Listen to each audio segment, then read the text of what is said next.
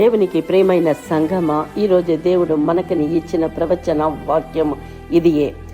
సామెతలు 17వ అధ్యాయము 15వ వాక్యము. దుష్టుని నీతిమంతునిగా ప్రకటించువాడు, నీతిమంతుని దోషిగా తీర్పు తీర్చువాడు, వీరిద్దరును యెహోవాకు హేయులు. దేవునికి ప్రియమైన వారా, దేవుడు న్యాయ దేవుడు. ఈ వాక్యం మనకు ఒక గొప్ప సత్యాన్ని నేర్పుతుంది. దేవుడు న్యాయాన్ని ప్రేమిస్తారు. నీతిమంతుణ్ణి తప్పుదారి పట్టించి దోషిగా చెయ్యడం, దోషిని నీతిమంతుడిగా చూపించడం రెండు దేవునికి అసహ్యమైనవి. మనుషులు బయట కనిపించే దాని మీద తీర్పు తీరుస్తారు, కానీ దేవుడు హృదయాన్ని చూస్తాడు. ఇప్పటి కాలంలో కూడా ఇదే జరుగుతుంది.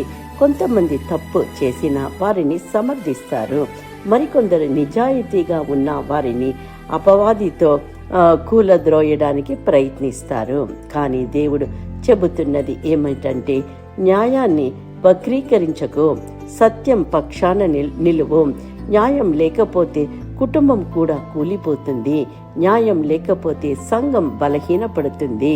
న్యాయం లేకపోతే దేశం చెడిపోతుంది. కాబట్టి దేవుని పిల్లలమైన మనము సత్యం, నీతి, న్యాయం వైపు ఉండాలి. నాబోతు తన పితరుల స్వాస్థ్యాన్ని అమ్మలేదు, అతడి నిజాయితీగా నిలిచాడు.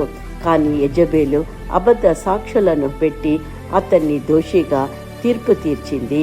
నీతిమంతుడు దోషిగా చేయబడ్డాడు, కానీ చివరికి దేవుని తీర్పు ఆ దుష్టత్వం మీద పడింది. మనుష్యులు తప్పు తీర్పు చెప్పినా దేవుడు చివరికి న్యాయం చేస్తారు. యోసేపు పవిత్రంగా జీవించాడు. పోతీఫర్ భార్య పాపానికి లాగినప్పుడు అతడు తిరస్కరించాడు, కానీ అబద్ధ ఆరోపణ వల్ల చెరసాలలో వేయబడ్డాడు. నీతిమంతుడు దోషిగా చేయబడ్డాడు. అయినప్పటికీ దేవుడు అతన్ని పైకి లేపి ఐగుప్తులో అధికారిగా చేసెను. తాత్కాలిక అన్యాయం వచ్చిన దేవుని న్యాయం ఆలస్యమైన ఆగిపోదు. దానియేలు దేవునికి విశ్వాసంగా ప్రార్థించాడు. అతడిలో తప్పు ఏది కనపడకపోయినా అతన్ని చిక్కించేందుకు కుట్ర చేసి సింహాల గుహలో పడవేశారు.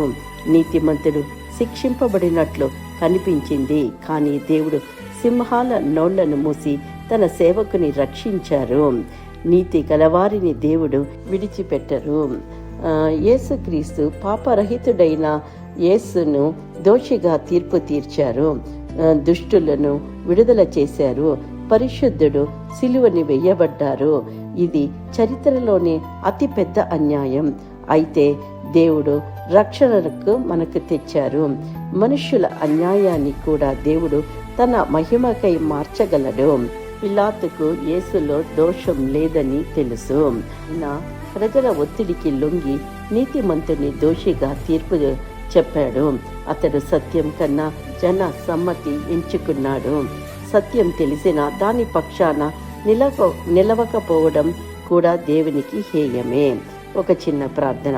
ప్రియమైన సహోదరి, సహోదరుడా, ఈ వాక్యాన్ని వింటున్న దేవుడు మనతో ప్రవచిస్తున్నారు. మనమైతే దేవుని బిడ్డలుగా మనం ఎప్పుడూ నీతిమంతులుగా, న్యాయవంతులుగానే ఉండాలి తప్ప అన్యాయానికి తీర్పు తీర్చకూడదు అని ఒక సత్యాన్ని గ్రహిస్తున్నాము.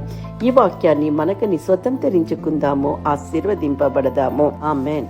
Please like, subscribe and comment. Thank you.